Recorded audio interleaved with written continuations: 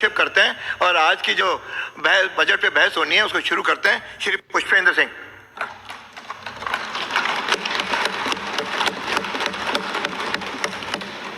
अध्यक्ष महोदय, 2025-2026 के आए हुए अनुदान मांग के चर्चा पर मुझे आपने बोलने का जो मौका दिया है, मैं आपका बहुत बहुत आभार व्यक्त करना चाहता हूं। अध्यक्ष महोदय, 19 फरवरी को जो राजस्थान का जो बजट आया है, मैं समझता हूं कि बहुत ही एक अच्छा बजट पेश किया गया है, जिसमें उन्होंने युवाओं को, किसानों को, बेरोजगारों को, आम जन को और पूरे राजस्थान के विकास को सम्मिलित करते हुए ये उन्होंने बजट पेश किया हमारे वित्त मंत्री जी ने। अध्यक्ष महोदय, ये वो बजट है जिसमें सरकार ने किसी प्रकार का कोई टैक्स का प्रावधान नहीं रखा, किसी प्रकार का कोई सरकार ने किसी टैक्स की प्रावधान नहीं रखा। इस पे इनफैक्ट इन्होंने छूट दी। ऐसी कई आपकी स्कीम्स है, माइनिंग पर हो या एक्साइज पर हो या जीएसटी पर हो, एमएसटी स्कीम लागू करके उनको एक वन टाइम सेटलमेंट करके उनके पेनल्टी इंटरेस्ट माफ करके उनको रियायत दी है। उसके बावजूद अध्यक्ष महोदय, राजस्थान हमारा जो बजट है, अगर उसके आप जीएसडीपी देखें तो 19.89 लाख करोड़ की हमारी जीएसडीपी तो पहुंच गई है, जो आपके टाइम में मात्र आपने 4-4.5% की ग्रोथ की है। हमने एक वर्ष में लगभग 16.75% की ग्रोथ राजस्थान की जीएसडीपी भी की है। दूसरा मेरा आपसे निवेदन है कि अगर एक्चुअल आरई देखें आप, तो हमने लगभग 30% हमने बजट जो पेश किया जो 24-25, उससे हमने जो हमारा जो पेश किया था बजट एट ए ग्लांस, उसमें हमने 30% से ज़्यादा हमने उसका हमारा एनुअल प्लान बढ़ा है। और ये जो बजट हमने जो पेश किया है, ये लगभग हमारा 15% प्रीवियस बजट से हमारा प्लान बढ़ा है। मेरा आपसे अनुरोध है, अगर इस पूरे बजट को हम देखें तो हमारा जो इसमें बजट में जो कैपिटल एक्सपेंडिचर है वो लगभग 40% है। आपका जो कैपिटल एक्सपेंडिचर जो आपका जो बजट था, जो लास्ट बजट था जो आपका 23-24 में, जो लगभग 23,000 करोड़ के आसपास आपका कैपिटल एक्सपेंडिचर था, और हमारा जो ये कैपिटल एक्सपेंडिचर जो बजट का है वो लगभग 57,000 करोड़ का है। इससे साफ जाहिर होता है कि कैपिटल एक्सपेंडिचर के तहत हमने पूरे राजस्थान में, भले वो रोड का इंफ्रास्ट्रक्चर हो, बिजली हो, हमारे इरिगेशन प्रोजेक्ट्स हो, पानी की स्कीम्स हो, मेडिकल एंड हेल्थ हो, रूरल डेवलपमेंट हो, अर्बन डेवलपमेंट हो, या आपके मेडिकल एंड हेल्थ की हो, या कोई भी विकास की दृष्टि से राजस्थान में जो कैपिटल एक्सपेंडिचर का जो ग्रोथ हमने जो किया है पिछले एक साल में, वो आने वाले टाइम में मील का पत्थर स्थापित होगा राजस्थान में।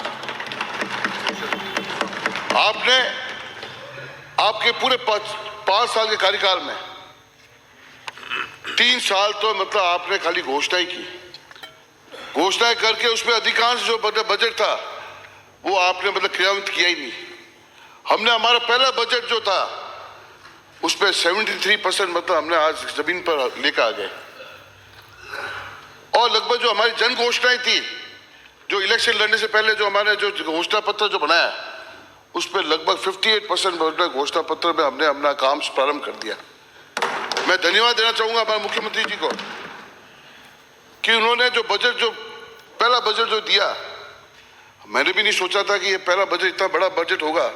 मैं समझता हूँ कि सदस्य जितने भी विराजमान है, 200 विधानसभा सीट जो है, उसको हर व्यक्ति को कोई ना बजट पे कोई ना कोई रोड मिली होगी, हॉस्पिटल मिला होगा, स्कूल मिला होगा, कॉलेज मिला होगा, पानी की स्थिति में सुधार मिला होगा।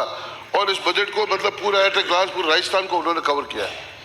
मेरा आपसे अनुरोध होगा कि आज आपके टाइम में आपने बजट को मतलब पिछले 3 साल में तो लागू किया नहीं, और लास्ट में आपने 2 साल में मतलब आपने कैपिटल एक्सपेंडिचर पर ध्यान दिया नहीं। आपने तो मतलब लोन लेकर रेवड़ियां बांटने का काम किया। लास्ट में मतलब आपको याद आया जब आपने मतलब लोगों को मोबाइल देना स्टार्ट किया।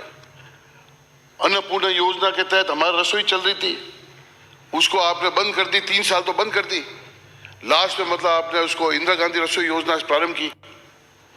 उससे पहले बिजली हमने मतलब 1700 रुपये माफ की थी प्रत्येक 2 महीने के। आपने 3 साल तक मतलब बिजली के मतलब जो बिल्स माफ हुए थे लोगों के, वो आपने बंद कर दिए। बंद करने के बाद में मतलब आपने वापस लास्ट में मतलब इलेक्शन आने से पहले आपने 6 महीने पहले मतलब 2000 यूनिट माफ किए। आपने हमारे टाइम में मतलब आपने 50 यूनिट माफ किए थे बिजली। आपने आने के बाद में लास्ट 6 महीने में मतलब आपने 100 यूनिट माफ की। आपने जाते जाते गैस सिलेंडर में 500 रुपये मतलब आपने माफ करने की बात की, पर आपके टाइम में गैस सिलेंडर पे आपने कोई पैसा माफ नहीं किया। ये तो मुख्यमंत्री भजन लाल जी की सरकार में हमने 450 रुपये गैस सिलेंडर देने का काम हमने किया। आपने तो खाली घोषणा ही की थी। आपने लास्ट में मतलब खाद्य किट बांटने का काम किया। उस खाद्य किट ऐसा था कि गरीब आदमी मतलब उसके घर ले जाने के लिए तैयार नहीं था। वो तेल है तो तेल बदबू मार रहा था। वो तो दाल आपने दी थी, दाल में मतलब सड़न पैदा हो रही थी। जो किट आपने दिया था, एक मजाक किया था आपने गरीबों के साथ, एक मजाक लोगों ने मतलब केवल किट क्यों। आपने तो लास्ट में जाते जाते किसी प्रकार से लास्ट में आपने महानरेगा शहरी योजना स्टार्ट की। तो ये आपको 5 साल मिले थे। 5 साल में अगर आपने पहले कर दी होती तो हो सकते हम वापस वहीं बैठते हम। आपने तो जाते जाते मतलब प्रारंभ किया। मैं धन्यवाद देना चाहता हूँ हमारे मुख्यमंत्री जी को कि जिस दिन से पहला बजट पेश किया है उन्होंने मतलब जन कल्याणकारी योजनाओं भी स्टार्ट की। जो पेंशन जो हम 1000 रुपये देते उसको 1150 की, और अब के बजट पे घोषणा करके 1250 कर दी। मुझे आज ही मालूम है, मैं वहाँ बैठता था। सबसे बड़ी तकलीफ गाँव में थी, लोगों को NFSA में नाम नहीं जुड़ता था, खाद्य सुरक्षा में नाम नहीं जुड़ता था। मैं धन्यवाद देना चाहता हूँ मैं मुख्यमंत्री जी को कि आज अपील प्रारंभ हो गए। आज गाँव में मतलब जो गरीब आदमी, जो विधवा है, जो बेरोजगार है, जिसके पास काम नहीं है, जिसके पास काम कमाई का कोई साधन नहीं है, आज उसका NFSA में वो अपील करके उसका नाम जुड़ने का प्रारंभ है। और 10 लाख यूनिट मतलब आज हमारे NFSA में नाम जुड़ रहे हैं। पेंशन हमने बढ़ाई। आज हम हम गैस दे रहे हैं 450 रुपये में। आपने तो घोषणा की थी 2000 यूनिट माफ करने की, पर 2000 यूनिट मतलब आज हम दे रहे हैं। 2000 यूनिट माफ कर रहे हैं, पैसे हम भुगत रहे, सरकार भुगत रही है। क्रॉस सब्सिडी के तहत हम ऊर्जा विभाग को हम क्रॉस सब्सिडी दे रहे हैं। तो मेरा आपसे अनुरोध है कि आपने तो खाली एक वाहवाही लेने के लिए मतलब बजट में मतलब जांच में घोषणाएं की। मैं हमारे मुख्यमंत्री जी का धन्यवाद देना चाहूँगा। जल जीवन मिशन जो मैं समझता हूँ कि हमारे प्रधानमंत्री की सबसे महत्वाकांक्षी योजना थी। जैसे उन्होंने दीनदयाल उपाध्याय के तहत हर घर को रोशनी दी। उन्होंने मतलब हर गरीब को मतलब जिसके पास कच्चा घर है उसको कच्चा घर बनाने की उन्होंने मतलब प्रधानमंत्री ग्रामीण आवास योजना रखी। इसी प्रकार उन्होंने ऐसे कई मतलब काम उन्होंने उजाला योजना के तहत गरीबों को गैस कनेक्शन देने। इसी प्रकार उन्होंने ये काम मतलब उनका ये था जल जीवन मिशन के तहत पूरे हिंदुस्तान में प्रत्येक घर को हम शुद्ध पेयजल दें। आपके पूरे 3 साल, शुरू में 2 साल तो आप करते रहे कि नहीं 90 और 10 होना चाहिए। 90% तो मतलब केंद्र सरकार दे और 10% मतलब हम राज्य सरकार दे। फिर आपको लगा कि पूरे देश में मतलब 50% है तो हमको उस पर जाना पड़ेगा। तो अंतिम मतलब 3 साल में मतलब आपने काम प्रारंभ किया जिसमें राजस्थान बहुत पीछे रह गया।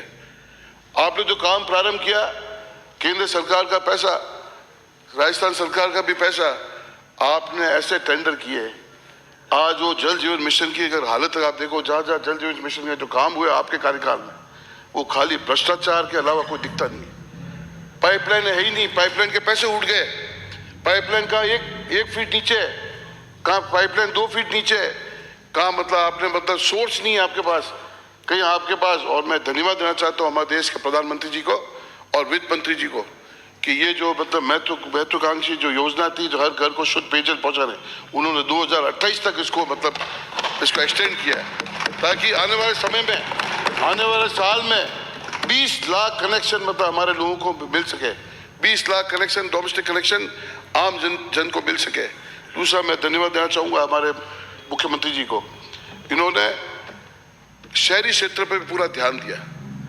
जिस तरह से जो मतलब ग्रामीण क्षेत्र से जो लोड बढ़ रहा है शहरी क्षेत्र में अमृत 2 योजना के तहत इन्होंने 5103 करोड़ से मतलब प्रत्येक नगर निकाय के मतलब अमृत 2 के साथ मतलब उन्होंने मतलब जोड़ा है ताकि आने वाले समय में उनको अर्बन क्षेत्र में भी पानी मतलब मिल सके। हर क्षेत्र को मतलब जो अर्बन क्षेत्र है जिस तरह से उसका जो विस्तार हो रहा है, जिस तरह से अर्बन क्षेत्र जो बढ़ रहा है उसको मतलब शुद्ध पेयजल कैसे दिया जाए, उसके लिए उन्होंने अमृत 2 के तहत 5103 करोड़ 181 नगर निकायों को मतलब उन्होंने इस बजट पे उन्होंने प्रावधान रखा है। साथ साथ जल जीवन मिशन शहरी क्षेत्र में भी उन्होंने प्रारंभ करने की कोशिश की, जिसपे उन्होंने बजट का प्रावधान लगभग 5800 करोड़ रुपए रखा है, जो मैं समझता हूं कि आने वाले समय में हमारे जो अर्बन क्षेत्र में जो जिस तरीके से जो लोग माइग्रेट होकर अर्बन क्षेत्र में बसते हैं, जिस तरीके से शहर बढ़ रहे हैं, आज 25 साल पहले जो जयपुर की जो पॉपुलेशन 30 लाख से ज़्यादा नहीं थी, और आज अगर जयपुर की पॉपुलेशन हम माने तो मैं समझता हूँ 80 लाख से ऊपर पॉपुलेशन होगी। 2001-2002 में यही जयपुर मतलब 30 लाख से ज़्यादा उसकी पॉपुलेशन नहीं थी, पर पिछले 20 साल के अंदर जिस तरीके से जो माइग्रेशन हो रहा है, जिस तरह से लोग रूरल एरिया से अर्बन एरिया में शिफ्ट हो रहे हैं, हर छोटे मोटा कस्बा मतलब दिनों दिन बढ़ रहा है। अगर उसका हमारे मुख्यमंत्री जी ने पूरा ध्यान दिया और ध्यान देकर मुख्यमंत्री जी ने एक शहरी मतलब जल जीवन मिशन योजना 5800 करोड़ की रखी है।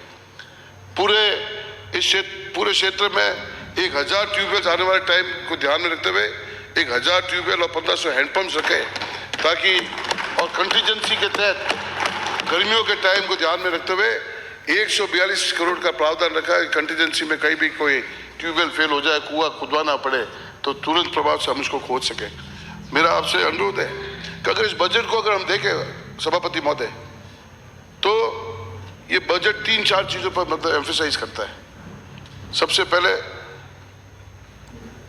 इस बजट को आपने कोई भी टैक्स इंपोज नहीं करने के बाद भी मतलब आपने रेवेन्यू जनरेट किया है, और रेवेन्यू जनरेट करके पिछले जो सरकार की जो रेवेन्यू जनरेशन से जो है उससे हमने मतलब रेवेन्यू जनरेट करके हमारे जो भी हमारी योजनाओं को मतलब उसको हमने उसको हमने सचेत किया है कि मतलब वो काम हमारा पूर्ण हो सके।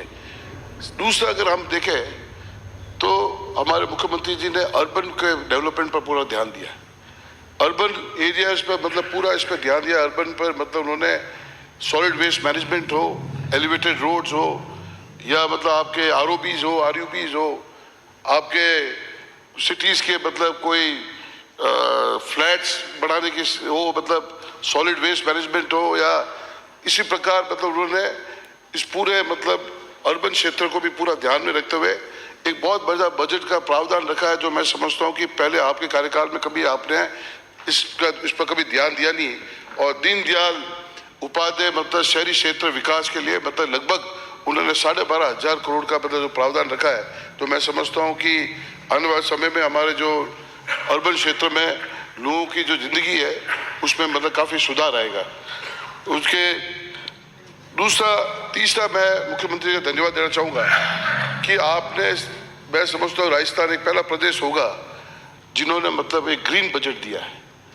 जो ग्रीन बजट 27,000 करोड़ से ऊपर का बजट है, और ये वेरियस मतलब डिपार्टमेंट्स को कवर करता है। आज हमें खुश होना चाहिए कि हमारे जो पूर्वजों ने जो हमको जो रिसोर्सेज दिए हैं, उस रिसोर्सेज के तहत मतलब आज हम अच्छी जिंदगी जी रहे हैं। और हमारा भी फर्ज बनता है कि आज जो जलवायु परिवर्तन का देखें, हम पिछली गर्मी अगर आप देखें सभापति महोदय, हमारा टेम्परेचर मतलब गर्मियों में 50 डिग्री तक पहुंच गया था, तो लगभग 100 साल में इतनी बड़ा टेम्परेचर कभी पहुंचा नहीं। गत वर्ष अगर आप इस साल की सर्दी आप देखें जो सर्दियां हमारा 2-3 महीने तक सर्दियां होती थी, आज मतलब मात्र 15-20 दिन में हमारी सर्दी खत्म हो गई। अगर इस पर अगर हमने ध्यान नहीं दिया, अगर हमने इस पर्यावरण पर अगर हमने ध्यान नहीं दिया, तो आने वाली पीढ़ी के साथ हम बहुत बड़ा धोखा कर रहे हैं। ये जो विकास जो हम नीचे स्थापित करना चाहते हैं, ये विकास जब भी संभव है जब तक अगर हमारा पर्यावरण पर अगर हमने कंट्रोल नहीं किया, ध्यान नहीं दिया।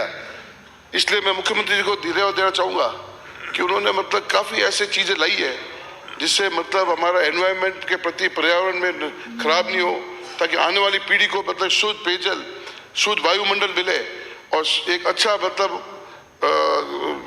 विकास की दृष्टि से हमारे स्टेट को आगे पहुंचाने के लिए उन्होंने इसमें कई मतलब अरावली को वापस हरा करने के लिए 250 करोड़ का प्रावधान रखा। इलेक्ट्रिक बसेस लानी, कुकिंग इंडक्शन गरीबों को देना, इस प्रकार मतलब एसटीपीज को डेवलप करना, वेस्ट सॉलिड वेस्ट को मतलब उसको कैसे ट्रीट करके कैसे हम इसको मैन्योर के रूप में इसको हम काम ले सकते हैं, इस पूरे पर्यावरण को ध्यान में रखते हुए उन्होंने एक बहुत, और हरियाणा राजस्थान के तहत उन्होंने लगभग 10 करोड़ की मतलब उन्होंने प्रावधान रखा। हम नए मतलब वृक्ष लगाएंगे पूरे राजस्थान में, जिससे पूरे राजस्थान को हम हरा भरा कर सके और हमारे पर्यावरण को हम बचा सके। और तीसरा जो मुझे जो कृषि बजट, मैं धन्यवाद देना चाहूँगा मुख्यमंत्री जी को कि कृषि बजट खाली नाम का नहीं दिया।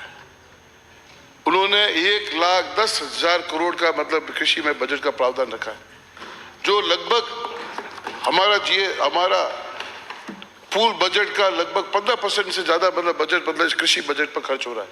उसमें इरिगेशन के प्रोजेक्ट्स जो ERCP मतलब मैं समझता हूँ कि हमारे 15 जिलों से निकलती हुई जाएगी ERCP जो प्रोजेक्ट है, इससे कई लाखों हेक्टेयर मतलब इरिगेट होने वाले हैं। कई मतलब हजारों हेक्टेयर मतलब इरिगेट होगी।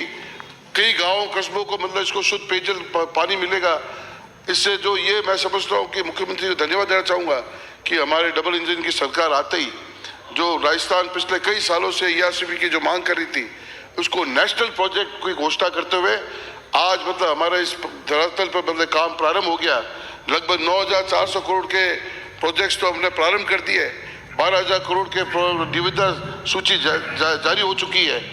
और मुझे उम्मीद है कि आने वाले 5 साल के अंदर ERCP के तहत लगभग 15 जिले के किसानों को और आम जनता को इसको फायदा मिलेगा, भूजल स्तर बढ़ेगा, सिंचाई होगी, लोगों की आमदनी बढ़ेगी और जो पर कैपिटा इनकम जो हमारे पूरे प्रदेश की आने वाले समय में निश्चित रूप से बढ़ेगी।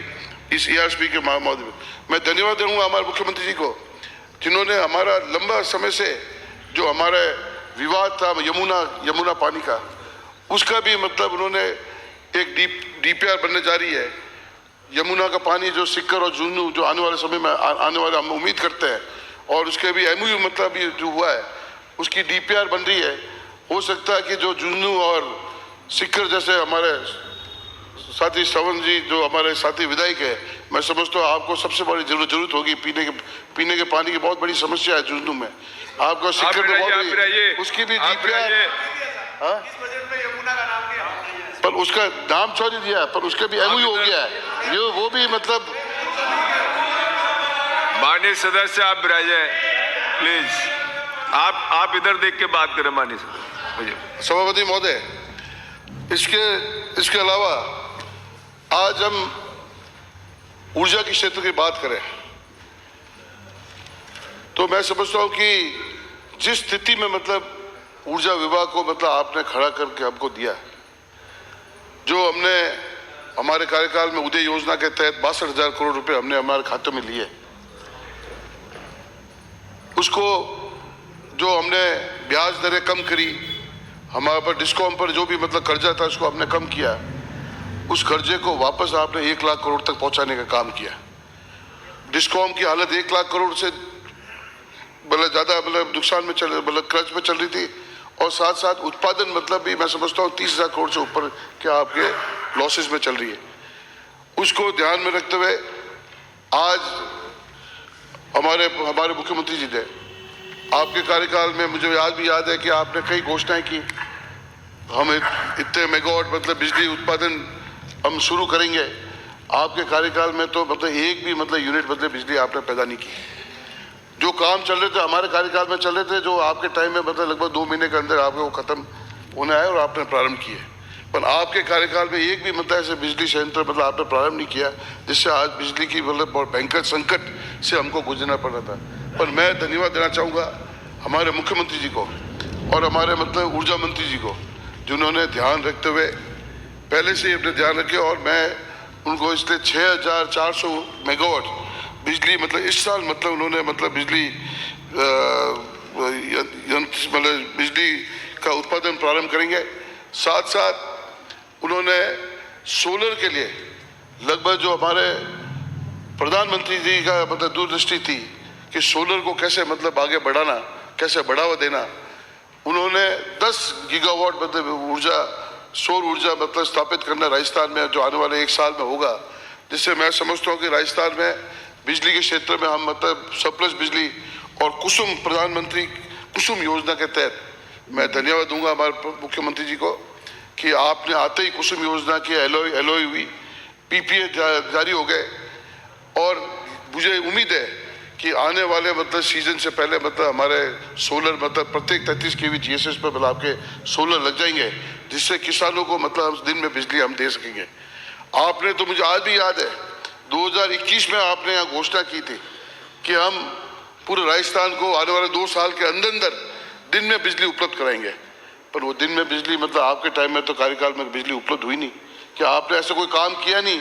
फीडर सेपरेशन का कोई काम किया नहीं, और इसके तहत मतलब आप दिन में बिजली दे पाए। हमने कहा कि हम दिन में बिजली दें, हमने उसके पर काम प्रारंभ किया है।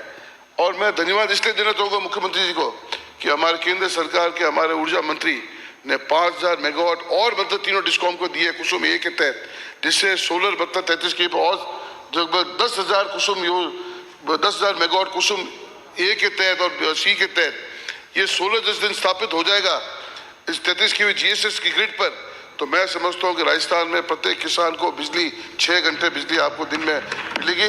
और इसका काम प्रारंभ हो गया है, लगभग 500-700 मेगावाट बिजली तो हमने सोलर स्थापित हो गया है, और आने वाले 8 महीने के अंदर आप देखना पूरे राजस्थान में प्रत्येक जीएसएस पर मतलब आपको 3 मेगावाट 2.5 मेगावाट आपको सोलर मतलब आपको स्थापित मिलेगा, जिससे आने वाले टाइम में बिजली की कोई प्रकार की कमी रहेगी।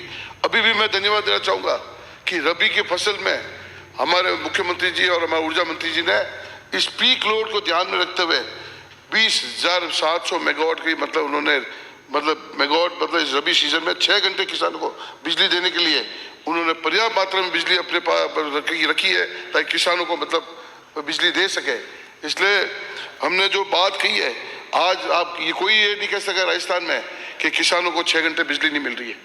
और ये भी बिजली भी मतलब अनइंटरप्टेड बिजली, कोई प्रकार की बिजली की कोई शिकायत नहीं है। इस पीक सीजन में मतलब जो बिजली की हमेशा किसानों के संकट की घड़ी रहती है, पर आज की तारीख में हम ये कंप्लेन मतलब आपको कहीं से नहीं मिलेगी कि 6 घंटे बिजली नहीं मिल रही है। दूसरा मेरा आपसे अनुरोध है कि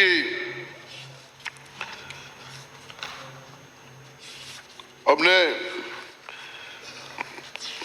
इस बजट को अगर हम इसको देखें मतलब, तो हमारे इस बजट पे हमने लगभग सभी विभागों को हमने कवर किया है।